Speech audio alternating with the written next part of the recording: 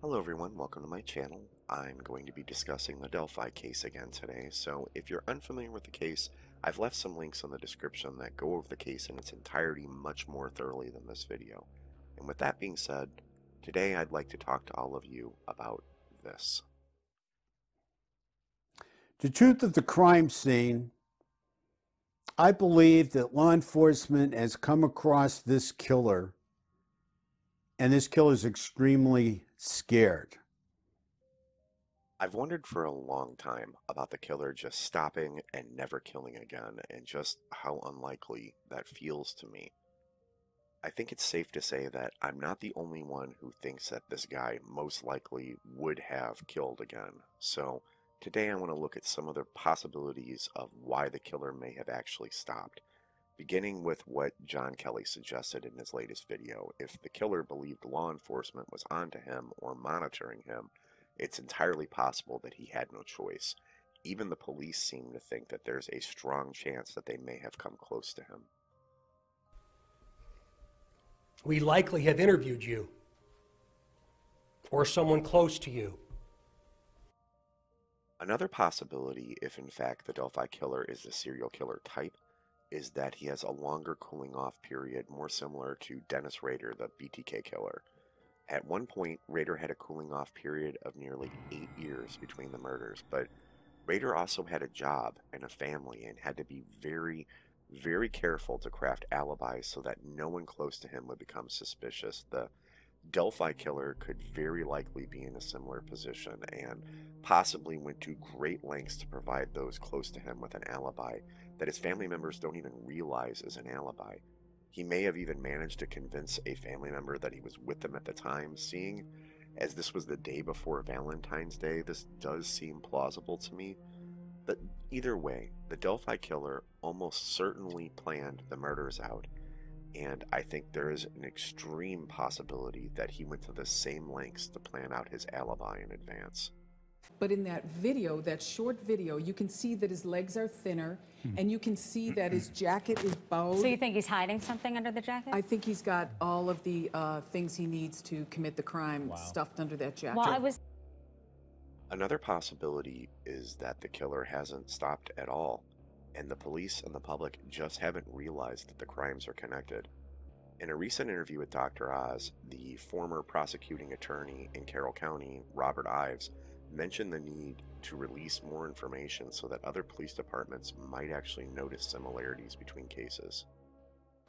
Now, law enforcement has good reasons why they don't want to release information. I am not involved in the investigation in any way. I hope that people who are handling the investigation will consider whether perhaps it might be time to release some more of that information, so connections to other crimes in other places, or if someone had ever spoken to the perpetrator of this crime, perhaps it would give them a clue that they had learned something from the perpetrator. There is also the chance that there are similarities that are known, but police have discounted them. I think a really great example of what I'm talking about is the Madeleine McCann case. What no one knew at the time, least of all the local police, was that just over a kilometre from where Madeleine disappeared lived a monster. Christian Bruckner, a sex predator who'd raped a young girl in Germany and who then fled to Portugal, where he'd raped an elderly woman in Praia da Luz just 2 years earlier. It's really important to understand that many child molesters are not pedophiles. Mark Hoffman says that from the moment 3-year-old Madeleine McCann arrived in Bruckner's domain, she was as much a target as his elderly victim. They like to abduct easy victims. And if you ask me, elderly women and children, this is not a contradiction. This is one of the biggest similarities. He also had a darker side. He was into violence and torture and rape against vulnerable, weak, easy victims. The attack revealed Bruckner targeted victims of any age, from children to the elderly, as long as he deemed them to be weak and vulnerable. And in what became his hallmark as a psychopath, he videotaped the entire assault.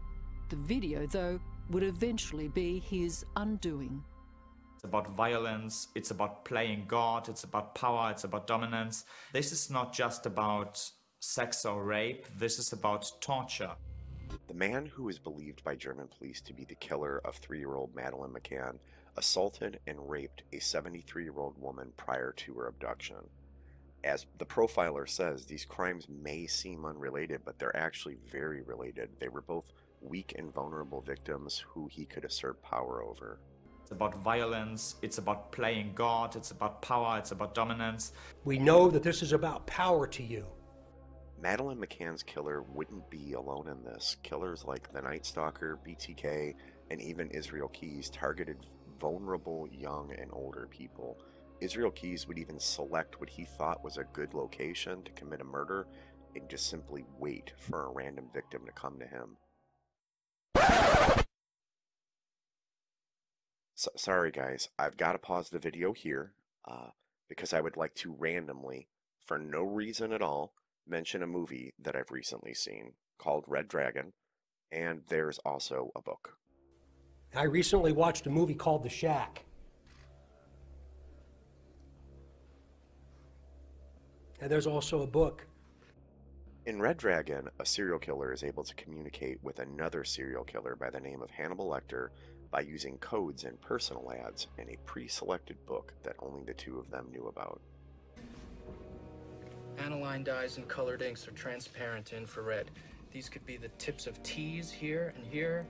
On the end, that's a P or possibly an R. Maybe this is where he's telling Lecter how to answer him. Jack, there's only one safe way to carry on a conversation that's one-way blind. Publication. Wait a minute. We know this sweetheart reads the Tattler. That's in his note, right? The Tooth Fairy. They made that up. 3 T's and an R in Tattler. So how do you communicate through a tabloid? You got what? News stories? Personals. Personals. I'm sorry about that. Sometimes I like to randomly recall obscure books in the middle of my scripted videos. I'll work on not doing that anymore in the future. Anyway, back to the case.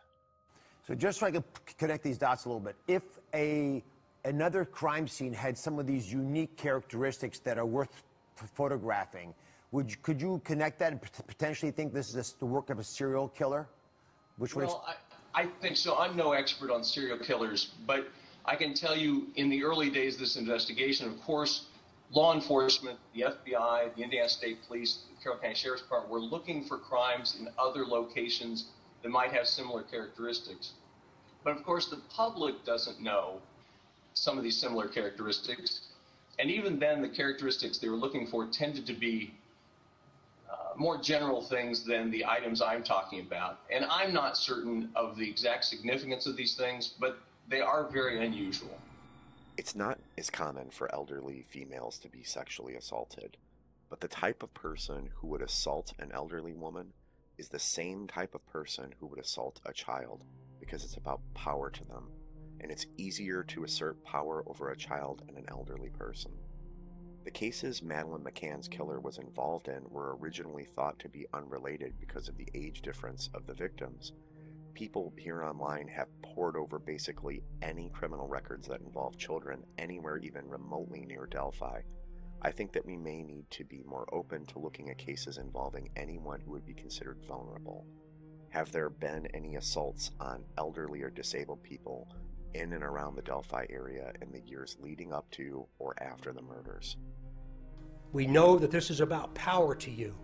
The April 2019 press conference used wording that is eerily similar to the type of wording that law enforcement uses when describing serial killers. They have asked the public's help to identify this man. I truly believe that the killer's family and friends don't realize that they actually know who the killer is. I don't believe that anyone is withholding information. I believe that they don't know that they have information to give in the first place. Police have stated that the public will most likely be surprised when the killer is arrested. This person is a chameleon, someone capable of hiding in plain sight.